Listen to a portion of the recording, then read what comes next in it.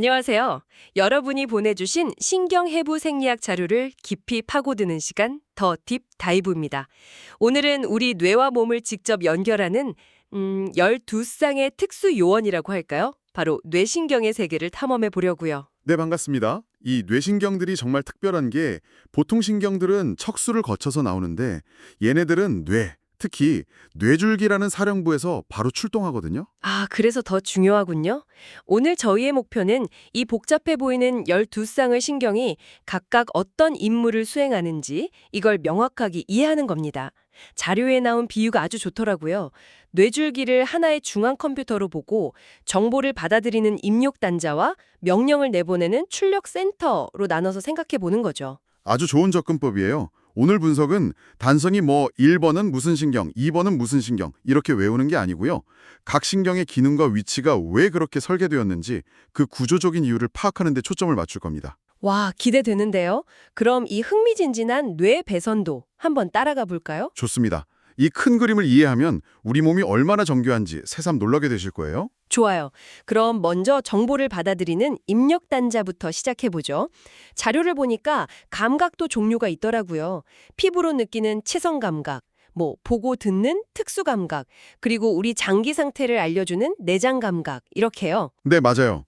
그 모든 감각 정보들이 뇌줄기에 있는 각각의 전문 수신 센터, 그러니까 감각신경 핵으로 모이는 구조예요. 여기서 특히 그 3차 신경 감각핵이라는 게 정말 재밌어요.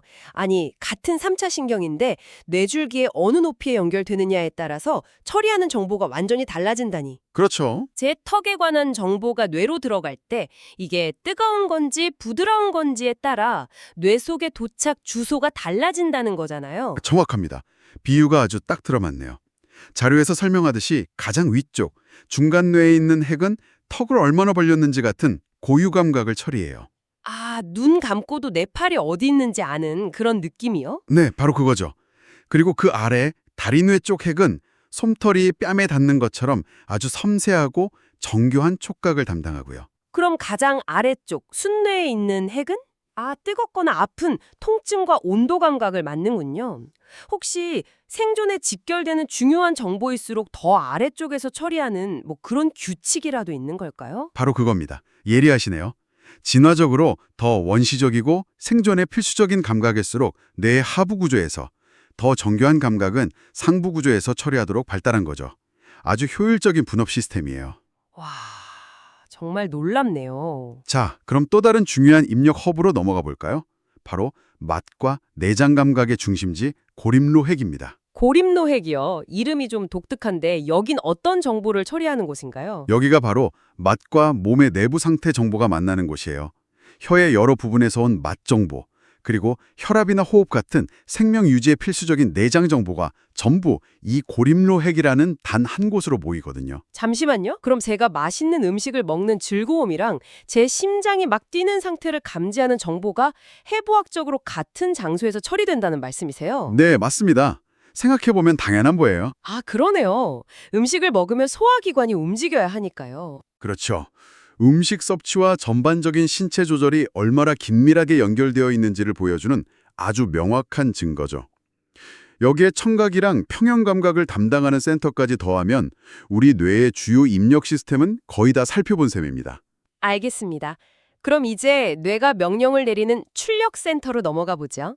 입력처럼 출력도 내 의지대로 움직이는 몸 운동이랑 내 의지와 상관없이 자동으로 조절되는 내장 운동으로 나눌 수 있겠네요. 네, 먼저 몸 운동부터 살펴보겠습니다. 근데 여기서 잠깐 눈동자를 움직이는 데만 무려 3쌍의 신경이 동원된다는 점이 좀 흥미로운데요.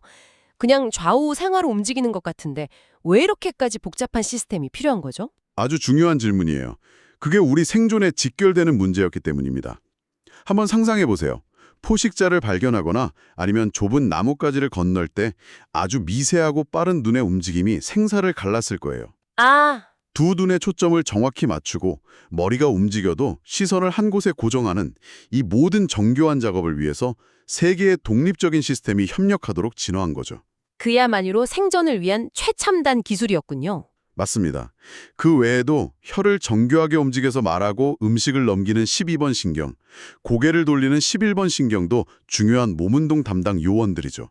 그런데 자료에 아가미 운동이라는 조금 생소한 카테고리가 나와요.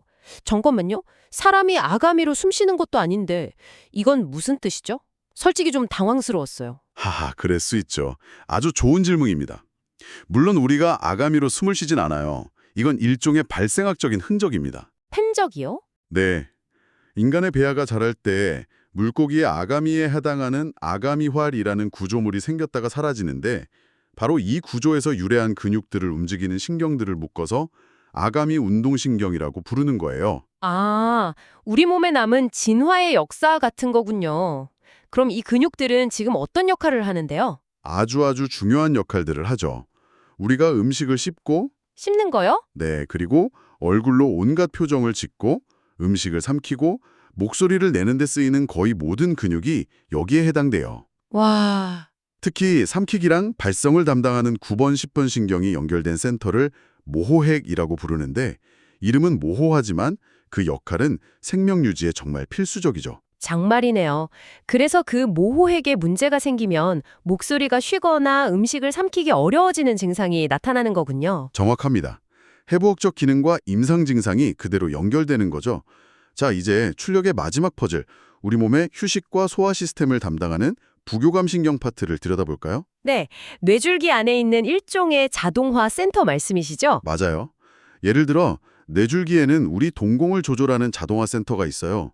3번 신경이랑 연결돼서 밝은 곳에 가면 저절로 동공을 조여주죠. 진짜 신기하네요. 또 다른 센터는 7번, 9번 신경과 협력해서 맛있는 음식을 상상만 해도 침이 고이게 만드는 침 분비 총괄팀 같은 역할을 하고요. 눈물도 조절해요. 와, 우리 몸은 정말 최고의 자동화 공장이네요. 그중에서도 가장 광범위한 임무를 수행하는 게 바로 10번 미주신경과 연결된 센터입니다. 심장박동을 안정적으로 늦추고 위장관의 소화활동을 촉진하는 등 머리부터 복부까지 우리 몸의 거의 모든 내장기관을 조용히 관리하는 총책임자라고 할 수 있습니다. 자, 지금까지 입력과 출력이라는 기능별로 뇌신경의 역할을 살펴봤는데요. 그럼 이 12쌍의 특수 요원들을 팀별로 한번 정리해 볼까요? 이렇게 보니까 훨씬 이해가 잘 될 것 같아요. 네, 전체적인 지도를 그려보는 시간이죠. 아주 좋습니다. 우선 순수 정보 요원, 그러니까 감각만 담당하는 전문가 팀이 있어요. 1번 후각신경은 냄새, 2번 시각신경은 시각 정보를 뇌로 전달하고요. 그리고 8번 속귀신경은 청각과 평형감각, 이 두 가지 중요한 정보를 담당하는 베테랑 요원이네요. 맞아요. 그래서 이 8번 신경에 문제가 생기면 심한 어지럼증과 함께 청력 문제가 동시에 나타나는 경우가 많아요. 두 가지 임무를 같이 하니까 고장나면 증상도 같이 나타나는 거군요. 그렇죠. 다음은 순수 행동요원, 운동 명령만 전달하는 행동대장팀. 아까 이야기했던 눈 움직임 전담팀이 정말에 막강하죠. 네. 3번, 4번, 6번 이 세 명의 요원이 오직 눈동자만 움직이는 임무를 수행하니까요. 그리고 11번 더부신경은 목과 어깨, 12번 혐액신경은 혀의 움직임을 책임지고요. 바로 그 12번 혐익신경이 손상되면 아주 특징적인 증상이 나타나요. 어떤 증상이죠? 혀를 앞으로 쭉 내밀어 보라고 했을 때 혀가 마비된 쪽으로 이렇게 휘어져 나와요. 정말요? 네, 혀를 밀어주는 근육의 힘이 한쪽만 약해졌기 때문인데 의사들은 이 모습만 보고도 12번 신경의 문제를 바로 알아챌 수 있죠. 와, 정말 흥미롭습니다. 마지막으로 가장 다재다능한 멀티플레이어 팀이 남았네요. 네, 감각과 운동 임무를 모두 수행하는 요원들이죠. 5번 3차 신경은 얼굴의 모든 감각을 받아들이는 동시에 씹는 근육을 움직이는 명령도 내리고요. 7번 얼굴신경도 정말 대단한 멀티플레이어예요.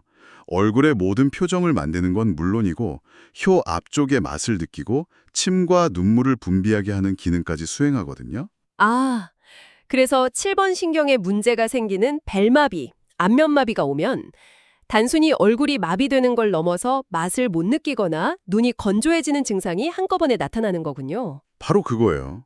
이 신경이 하는 모든 기능이 동시에 고장나 버리는 거죠. 증상을 보면 어떤 신경이 무슨 일을 하는지 거꾸로 알 수 있네요. 그렇죠. 마지막 멀티플레이어는 9번 혀인두 신경과 10번 미주 신경 콤비인데요.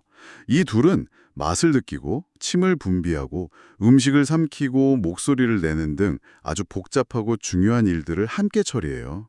그리고 10번 미주신경은 아까 말씀드렸듯이 우리 몸의 거의 모든 내장기관을 관리하는 임무까지 맡고 있고요. 정말 대단하네요. 오늘 우리는 뇌줄기의 입력과 출력 센터가 12쌍의 뇌신경이라는 특수 요원들을 통해 우리 머리, 목, 그리고 내장기관까지 얼마나 정교하게 제어하는지 살펴봤습니다. 맞아요. 하나의 거대한 오케스트라처럼 각자의 역할을 정확히 수행하면서 우리 몸의 조화를 이뤄내고 있었죠. 이제 얼굴에 무언가 닿는 느낌, 맛있는 음식을 먹는 즐거움, 상대방의 표정을 읽는 모든 순간에 이 12명의 보이지 않는 특수 요원들이 쉴 새 없이 활약하고 있다는 걸 떠올리게 되실 거예요. 오늘 이야기를 마무리하면서 청취자분께 마지막으로 생각해볼 거리 하나를 던져드리고 싶어요. 네, 어떤 거죠? 오늘 자료에서 10번 미주신경이 심장, 폐, 소화기계까지 아주 광범위하게 조절한다고 여러 번 이야기했잖아요.